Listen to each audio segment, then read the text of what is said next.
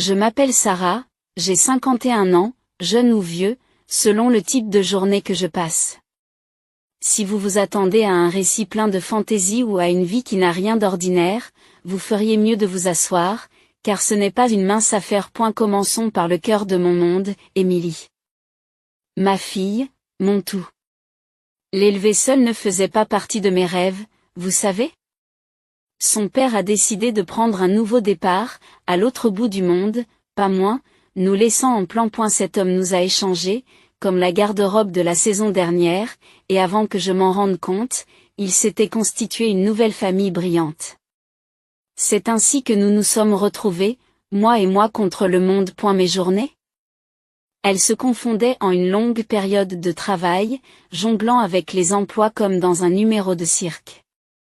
Le restaurant le jour, le bar la nuit, et les bons jours, un peu de ménage entre les deux. Le sommeil était un luxe, un visiteur fugace entre deux services. Mais voir Émilie sourire, l'entendre rire, c'était le vrai salaire. Mais qu'elle soit bénie, à 23 ans et cherche encore à comprendre le grand puzzle de la vie. L'emploi. Elle en a eu plus d'un, mais aucun n'est resté. C'est le patron, maman, c'est un vrai boulet. Ou alors, je ne peux pas m'occuper des clients, ils sont tous fous. Des excuses aussi colorées que la palette d'un peintre. À la fin de chaque travail, elle se retrouvait sur notre canapé, le téléphone dans une main, la télécommande dans l'autre. Et moi? Je ne pouvais pas rester en colère contre elle. C'est bon, quelque chose de mieux se présentera. Je lui disais, en cachant l'inquiétude qui me rongeait. Parce que c'est ce que l'on fait quand on aime quelqu'un, on s'occupe des problèmes du monde pour qu'il n'ait pas à s'en soucier. Un jour particulièrement difficile, après une double journée de travail qui m'a laissé plus de chair que d'os, je suis rentrée à la maison et j'ai trouvé Émilie affalée sur le canapé. Des formulaires de demande d'emploi éparpillés comme des confettis. Elle me salue sans lever les yeux, l'attention rivée sur l'écran de télévision. Ma fille. Quelque chose de mordant aujourd'hui? Demandai-je en me débarrassant de mon manteau et du poids de la journée. Elle haussa les épaules, un geste que je ne connaissais que trop bien. Non, c'est de la merde. Pourquoi s'en préoccuper? De toute façon, ils ne veulent pas payer un salaire décent. J'ai soupiré, un mélange d'épuisement et de frustration se préparant. Et on en a parlé. Il faut bien commencer quelque part, non? On ne peut pas être difficile par les temps qui courent. Peu importe, maman. C'est facile à dire pour toi. Tu as l'habitude de te casser le dos pour des cacahuètes. Elle a riposté, ses mots étant aussi tranchants qu'un couteau. Ça a piqué. Je ne vais pas mentir. Mais la colère? Elle n'a jamais eu sa place dans notre foyer. J'ai retenu la réplique qui mijotait sur ma langue et, à la place, j'ai forcé un sourire. C'est peut-être vrai, mon garçon. Mais ces cacahuètes nous ont permis d'avoir un toit et de la nourriture sur la table. Un jour, tu comprendras cela. Émilie roula des yeux, signe universel du dédain des jeunes adultes. Bien sûr, maman. Je vais me coucher. Bonne nuit. En la regardant disparaître dans sa chambre, une partie de moi souffrait. J'aspirais à ce qu'elle voie le monde non pas comme un adversaire, mais comme un défi à relever. Pourtant, j'étais là, à ramasser les formulaires éparpillés, à ranger les vestiges vivants de sa dernière défaite. Le propre de la vie, c'est qu'au moment où l'on pense avoir tout compris, elle nous lance une balle courbe. Et ce n'est pas le genre de balle que l'on peut frapper dans le parc. Non, je parle du genre de balle qui vous frappe en pleine poitrine et vous laisse à bout de souffle. C'est exactement ce qui s'est passé le jour où Émilie a décidé de lâcher sa petite bombe. C'était un mardi, peu importe.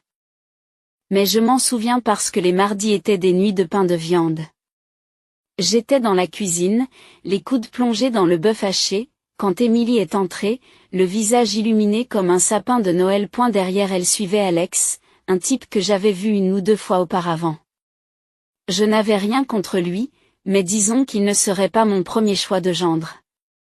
Non pas que je pensais à ce genre de choses, jusqu'à ce qu'il le faille. Maman, devine quoi?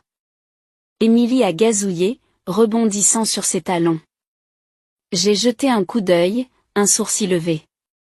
Tu t'es enfin décidé à ranger ta chambre? Elle roule des yeux, un sourire se dessine sur son visage. C'est drôle, maman. Non, c'est mieux. Alex et moi nous sommes mariés. Tu sais ce que tu ressens quand ton cœur saute un battement?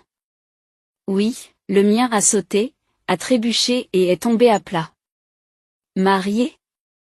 Je me suis fait l'écho d'une voix qui semblait appartenir à quelqu'un d'autre. Alex s'est avancé, un sourire penaud plaqué sur son visage. Oui, Madame S., nous nous sommes enfuis le week-end dernier. Surprise était un euphémisme. J'avais l'impression d'avoir reçu un coup de poing. Foulé? Répétai-je, encore sous le coup de l'émotion. Et tu me le dis seulement maintenant? L'excitation d'Émilie s'estompa un peu, remplacée par une attitude défensive. Je savais que tu réagirais comme ça, maman. C'est pour ça qu'on ne te l'a pas dit avant. Mais c'est fait. Et nous sommes heureux, n'est-ce pas, Alex? Alex acquiesce et passe un bras autour d'elle. Oui, tout à fait heureux. J'ai posé la cuillère à mélange et me suis essuyé les mains sur mon tablier. Cette conversation nécessitait toute mon attention. Et où, je vous prie, avez-vous l'intention de vivre?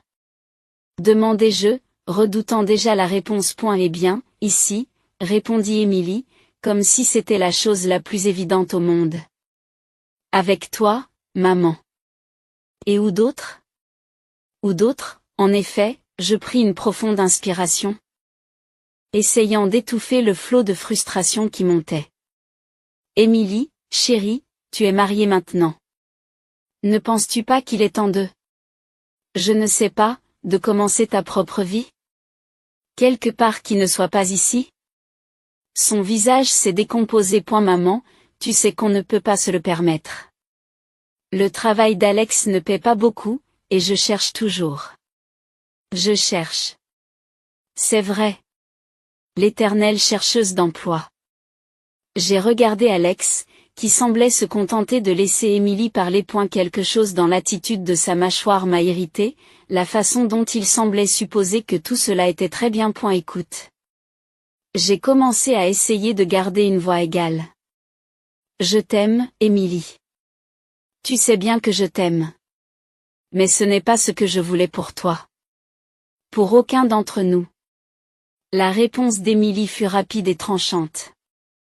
Quoi, maman? Tu ne voulais pas que je sois heureuse? C'est ça, non, bien sûr que non. J'ai répliqué, sentant les conversations m'échapper. C'est juste que... Je pensais que tu voudrais plus. Que tu t'efforcerais d'en faire plus. Plus de quoi, maman? Plus de travail? Plus de nuits seule? Merci, mais je passe mon tour. Et la conversation est partie de là, chaque mot étant plus enflammé que le précédent. Alex a essayé d'intervenir, mais il aurait aussi bien pu être une mouche bourdonnant autour d'un ouragan. C'était entre ma fille et moi, et il était clair qu'aucune de nous deux n'allait changer d'avis.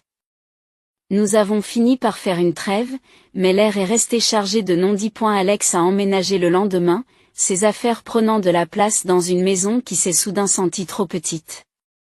Je me suis repliée sur moi-même, me demandant où j'avais fait fausse route, comment ma petite fille avait pu s'éloigner à ce point des rêves que j'avais eus pour elle. Le jour où j'ai appris que j'avais un cancer, mon monde a basculé. Cela faisait un moment que je ne me sentais pas bien, mais le cancer? Ce mot m'a fait l'effet d'un train de marchandises lancé à pleine vitesse. Le médecin s'est montré gentil, mais le mot m'a tout de même piqué. C'est traitable, a-t-il dit. Mais vous devrez vous concentrer sur votre santé et peut-être même vous absenter du travail. Le travail. Est ma bouée de sauvetage, la chose qui nous a maintenus à flot toutes ces années, et maintenant on me disait de m'en éloigner. Je suis rentrée chez moi, le poids du diagnostic m'écrasant. La maison était calme quand je suis entrée, trop calme. Émilie était dans sa chambre, probablement perdue dans son téléphone, et Alex, eh bien, Alex était Alex, faisant ce qu'il faisait. J'avais besoin d'eux, de leur soutien, Alors je les ai appelés tous les deux dans le salon. Les gars, il faut qu'on parle. J'ai commencé, ma voix tremblant malgré mes efforts pour paraître forte. Émilie a levé la tête, les yeux écarquillés. Qu'est-ce qu'il y a, man? Tu as une mine affreuse. J'ai soupiré, ne sachant pas trop comment dire les mots. J'ai un cancer. J'ai lâché les mots, qui me semblaient étrangers et lourds sur ma langue. Il y a eu un moment de silence, puis le visage d'Émilie a changé, mais pas comme je l'avais espéré. Un cancer? Mais qu'est-ce que ça veut dire pour nous? Sa question m'a prise au dépourvu. Eh bien, ça veut dire que je vais suivre un traitement, et j'ai dû quitter mon travail pour me concentrer sur ma guérison. La pièce s'est refroidie. Alex, qui était resté silencieux jusqu'à présent, prend enfin la parole. Quitter son travail? Comment sommes-nous censés vivre, alors? Mon travail me permet à peine de payer mes affaires. Je les ai regardés, incrédules. C'est ce qui les préoccupe, pas ma santé, pas la bataille que je m'apprêtais à livrer, mais leur confort. Émilie est intervenue, le ton tranchant. Oui, maman, comment as-tu pu ne pas penser à nous? Qu'est-ce qu'on est censé faire maintenant? La déception m'a frappé comme un second diagnostic. Ma propre fille, celle que j'avais élevée, pour laquelle je m'étais sacrifiée, était plus préoccupée par son confort financier que par mon combat pour la vie. Je me suis dit. Je pensais que tu t'inquiéterais pour moi, pour ce que je traverse. J'ai dit, la voix brisée. Bien sûr que nous sommes inquiets. Dit Émilie, sa voix s'adoucissant un peu. Mais il faut être pragmatique. Tu ne peux pas démissionner et t'attendre à ce que tout aille bien. Alex acquiesce. Oui, il ne s'agit plus seulement de TOI. Il faut penser à l'avenir. L'avenir. Leur avenir n'incluait apparemment pas la possibilité que je n'en fasse pas partie. J'ai alors réalisé ce que j'avais fait, ou plutôt ce que je n'avais pas fait. J'avais élevé une fille qui ne me voyait pas comme une personne luttant pour sa vie, mais comme un moyen de parvenir à ses fins, un filet de sécurité financier. Après des semaines de traitement intensif, l'hôpital m'a finalement renvoyé chez MOI. Je n'étais plus qu'une coquille vide, vidée par les radiations et la chimiothérapie, m'accrochant à l'espoir qu'entre les murs familiers de ma maison, je pourrais trouver un peu de réconfort, une once de normalité. Mais ce qui m'attendait était loin du soutien et des soins que j'avais imaginés. L'air à la maison avait changé. Il était chargé de tension, de rancœurs inavouées. Ma fille, Émilie, et son mari, Alex, avaient pris l'habitude de me traiter davantage comme une invitée gênante que comme un membre de la famille.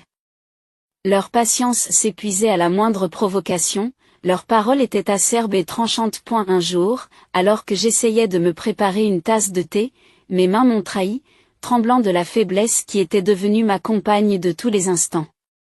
La tasse glissa, se brisant sur le sol, avec un bruit qui semblait faire écho à ma propre fragilité. Le fracas fit entrer Émilie en trombe dans la cuisine. Sérieusement, maman, tu ne peux rien faire de bien? Regarde ce désordre. Ces mots étaient comme des poignards, et je suis restée là, muette. Les tessons de la tasse brisée reflétant les morceaux de mon cœur. Je suis désolée, maman.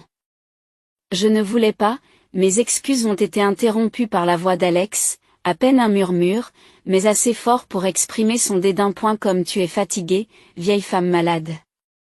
Leurs mots, tranchants et impitoyables, étaient bien loin des soins que j'avais espérés, de l'amour que je pensais que nous partagions. Chaque jour était une bataille, non pas contre le cancer qui ravageait mon corps, mais contre la froideur qui avait pris racine dans ma propre maison. J'ai traversé les jours et les jours, mes moindres gestes, mes moindres bruits semblant les ennuyer. Demander de l'aide est devenu un exercice d'humiliation. Et tu peux m'aider à me lever? Demandai-je, cherchant du soutien. La réponse était toujours la même, un soupir d'irritation, un rappel de ses propres priorités. Il y a plein de choses à faire, et toi aussi. Elle craquait, me laissant me débrouiller seule. Nuit après nuit, je pleurais pour m'endormir, le son de mes sanglots, une complainte solitaire, dans le silence de la maison. J'étais un fardeau, une nuisance dans ma propre maison, ma présence étant un rappel indésirable de la fragilité de la vie. En raison d'un stress constant, ma santé s'est détériorée et j'ai de nouveau été admise dans la chambre.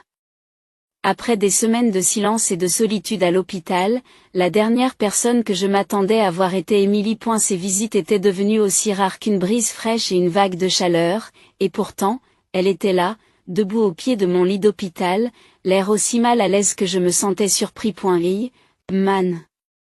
Commença-t-elle en évitant mon regard. Comment te sens-tu? La désinvolture de sa question, comme si elle avait toujours été à mes côtés, m'a piqué. Ça va mieux. Répondis-je, la voix éraillée par la désuétude. Qu'est-ce qui t'amène ici, et tu t'es enfin décidé à prendre des nouvelles de ta vieille mère? Elle s'agite. Regardant ailleurs que vers moi. Oui, eh bien, il y a quelque chose dont nous devons parler. C'est à propos de la maison. La maison. Mon sanctuaire, le seul héritage que ma grand-mère m'a laissé, est notre seule vraie maison. Une boule s'est formée dans ma gorge. De quoi s'agit-il? Émilie croise enfin mon regard, ses yeux sont durs. Alex et moi, nous avons discuté, et nous pensons qu'il est préférable que tu nous cèdes la maison. Légalement, je veux dire. Je n'arrivais pas à croire ce que j'entendais. Transférer la maison? À toi et Alex, pourquoi diable ferais-je cela? Elle a croisé les bras, sa gêne a été remplacée par un défi. Parce que, maman, c'est pratique. Alex en a marre de vivre là, comme s'il était une sorte de profiteur. Nous voulons la posséder, la faire nôtre. Ce n'est pas comme si tu allais être là pour toujours, de toute façon. Ces mots lui font l'effet d'une gifle. L'audace, l'insensibilité pure. Est ma propre fille, qui voit ma maison, ma vie, n'a rien de plus qu'une transaction pour assurer son confort futur. Vous pensez que je vais tout céder parce que votre mari n'aime pas se sentir invité? Dans ma propre maison? Ce n'est pas que ça, maman. C'est logique. Vous êtes ici, malade, et qui sait pour combien de temps, nous pensons à l'avenir. L'avenir? Répondis-je, incrédule.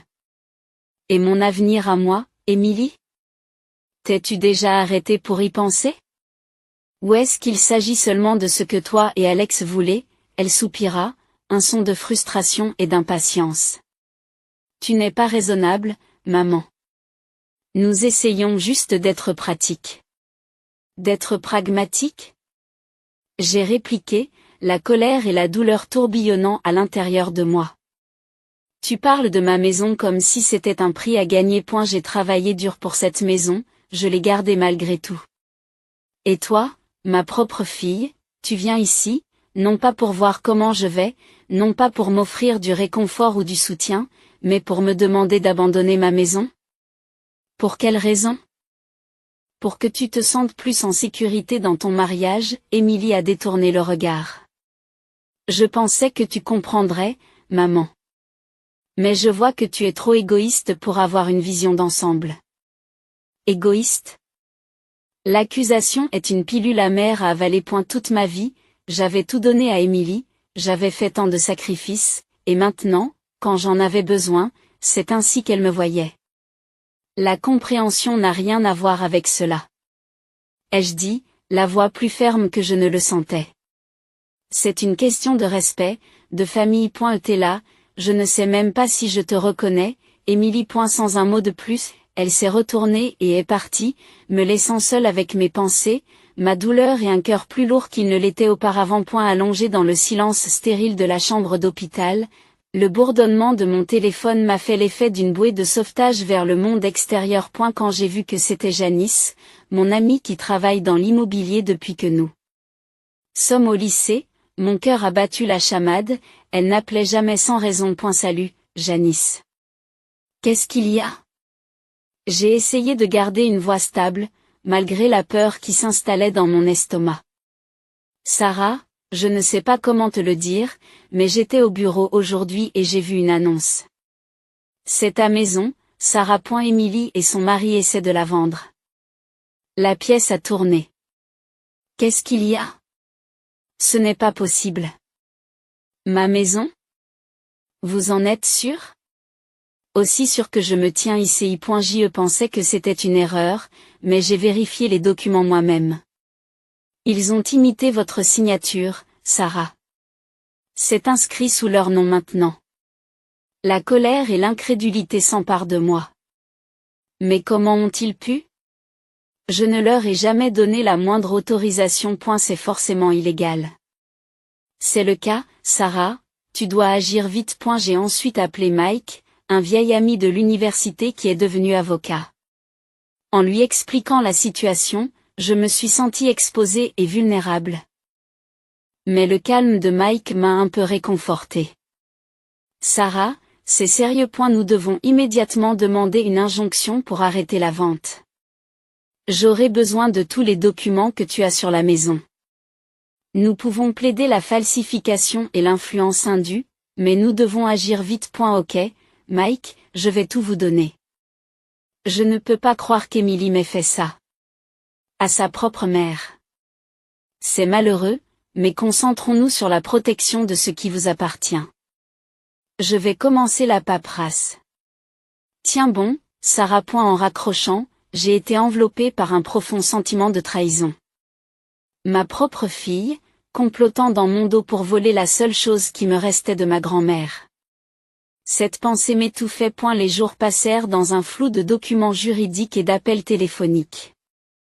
Mike était une bénédiction, naviguant dans le labyrinthe juridique avec une précision qui me donnait de l'espoir. Pendant ce temps, je ne pouvais pas me résoudre à affronter Emily, pas encore. Et la blessure était trop fraîche, la trahison trop profonde. Pendant des jours, j'ai interagi avec Emily et Alex comme si tout allait bien, tout en me coordonnant avec Mike pour monter notre dossier. Leur désinvolture à mon égard, la façon dont elles esquivaient mon regard, ne faisait qu'attiser ma détermination. Je devais protéger ce qui me revenait de droit. Quand Emily est venue me rendre visite, feignant l'inquiétude, j'ai dû étouffer une moquerie. Et, maman. Je viens juste prendre des nouvelles. Comment tu tiens le coup? Ces mots étaient creux, et j'ai joué le jeu. J'ai été mieux, et mais je m'accroche. Comment ça se passe à la maison? Je l'ai poussée, curieuse de savoir si elle allait faire une erreur. Bien, bien. Alex et moi, nous nous occupons. La dérobade dans sa voix était palpable. Et la conversation a tourné autour de l'éléphant dans la pièce, chacun jouant son rôle dans une représentation tordue. Après son départ, je n'ai pas pu m'empêcher de ressentir de la tristesse pour la relation que nous avions eue autrefois. Mais cette trahison? C'était une ligne franchie, et il n'y avait pas de retour en arrière possible. Mike a appelé plus tard pour donner des nouvelles. Tout est prêt, Sarah. Tu es prête, plus que jamais, Mike. Allons-y. Allongé dans mon lit d'hôpital, fixant le plafond stérile, je ne pouvais m'empêcher de m'émerveiller de la situation. Ma propre fille complotait contre moi, et j'étais là, sur le point de renverser la vapeur. Après avoir quitté l'hôpital pour un temps, j'ai commencé à mettre mon plan à exécution. Janice était aussi dans le coup. Elle m'a aidé à monter le coup, pour que je me présente à ma propre maison, en faisant semblant d'être intéressée par l'achat. Rien qu'à cette idée, mon cœur battait la chamade, avec un mélange de nervosité et d'excitation étrange. J'y suis arrivée à la maison, habillée différemment, en espérant qu'Emily et Alex ne me reconnaîtraient pas tout de suite. Dès qu'ils ont ouvert la porte, leurs visages sont passés de l'envie de vendre à l'horreur pure et simple. C'était presque comique de les voir se démener pour comprendre ce qui se passait. Maman? Qu'est-ce que tu fais ici? Qu'est-ce que tu fais ici? Balbutie Emily, le visage pâle. Je me suis dit que j'allais jeter un coup d'œil à ma propre maison, vu qu'elle est à vendre et tout ça. Belle annonce, d'ailleurs. Ai-je dit, le sarcasme s'emparant de mon interlocuteur. Alex, toujours aussi beau parleur, a essayé de se reprendre. Sarah, écoute, c'est juste un gros malentendu. Parlons-en. Un malentendu? Je me moque. Imiter ma signature et essayer de vendre ma maison, c'est un peu plus que ça, tu ne crois pas? Sans un mot de plus, je suis sortie et j'ai appelé la police. Tout en expliquant la situation, j'ai observé Émilie et Alex par la fenêtre, leurs expressions mêlant la peur et l'incrédulité. Lorsque la police est arrivée, Émilie et Alex ont été emmenés menottés. Leurs appels et leurs cris ont résonné dans la rue, mais mon cœur s'est endurci contre eux. La trahison était trop profonde, la blessure trop fraîche. Une fois la poussière retombée, le silence qui régnait dans ma maison était à la fois inquiétant et apaisant. Il n'y avait plus que moi, seul avec les échos d'une vie passée. Les jours se sont fondus les uns dans les autres, tandis que je me concentrais sur ma santé, sur la guérison non seulement de mon corps, mais aussi de mon cœur meurtri. Miraculeusement, ma santé a commencé à s'améliorer. Le cancer qui semblait être une condamnation à mort a lentement reculé dans l'ombre, me donnant un nouveau souffle de vie. Le procès d'Émilie et d'Alex a été un spectacle auquel j'ai assisté le cœur lourd. Les regarder, si petits et vaincus dans la salle d'audience, a réveillé quelque chose en moi, mais cela n'a pas suffi à surmonter la trahison. Ils ont plaidé, les larmes coulant sur leur visage, implorant mon pardon. Mais le pardon était une rivière qui s'était asséchée. Le tribunal a prononcé une peine modeste pour leurs crimes, mais aucune punition ne pouvait réparer les torts qu'ils avaient commis. Et la nouvelle s'est répandue, comme c'est toujours le cas dans les petites villes. Certains secouèrent la tête, s'étonnant de ma dureté de cœur, incapables de comprendre comment je pouvais tourner le dos à la chair de ma chair. Mais la plupart connaissaient la douleur de la trahison et m'ont soutenu en hochant la tête en signe de compréhension et de soutien silencieux. C'est drôle, vraiment. Comment quelque chose d'aussi bouleversant peut changer votre perspective. Avant, je me souciais tellement de ce que les gens pensaient, d'être la mère parfaite, la voisine parfaite. Mais la vie vous apprend que la perfection n'est qu'une façade et que l'approbation est une amie inconstante. Un après-midi, alors que j'étais assise sous mon porche, profitant de la solitude, Jana s'est arrêtée. Sa présence étant une pause bienvenue dans la monotonie. Sarah, tu es de plus en plus belle, dit-elle en s'asseyant à côté de moi. J'ai souri, un sourire sincère qui a atteint le plus profond de mon âme fatiguée.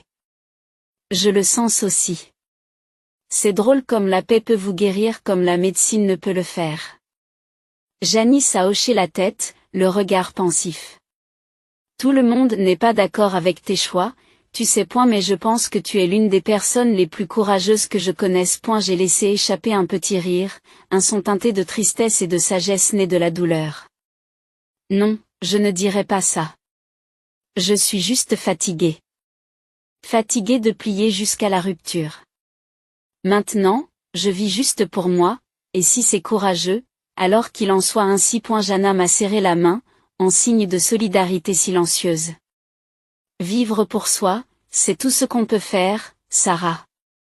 Et pour ce que ça vaut, je pense que tu y arrives très bien. Lorsqu'elle est partie, ces mots sont restés dans l'air comme une bénédiction. J'ai tourné mon visage vers le ciel, laissant la chaleur du soleil s'infiltrer dans mes os. Pour la première fois depuis longtemps, j'ai ressenti une étincelle d'espoir, de joie. Alors, je vis. Je vis pour les matins calmes et les nuits paisibles. J'y vis pour les amis qui m'ont soutenu et pour la force que j'ai trouvée dans la solitude. Je vis en sachant que tout le monde ne comprendra pas mon parcours, et ce n'est pas grave. Parce qu'en fin de compte, c'est mon voyage, et le mien seulement.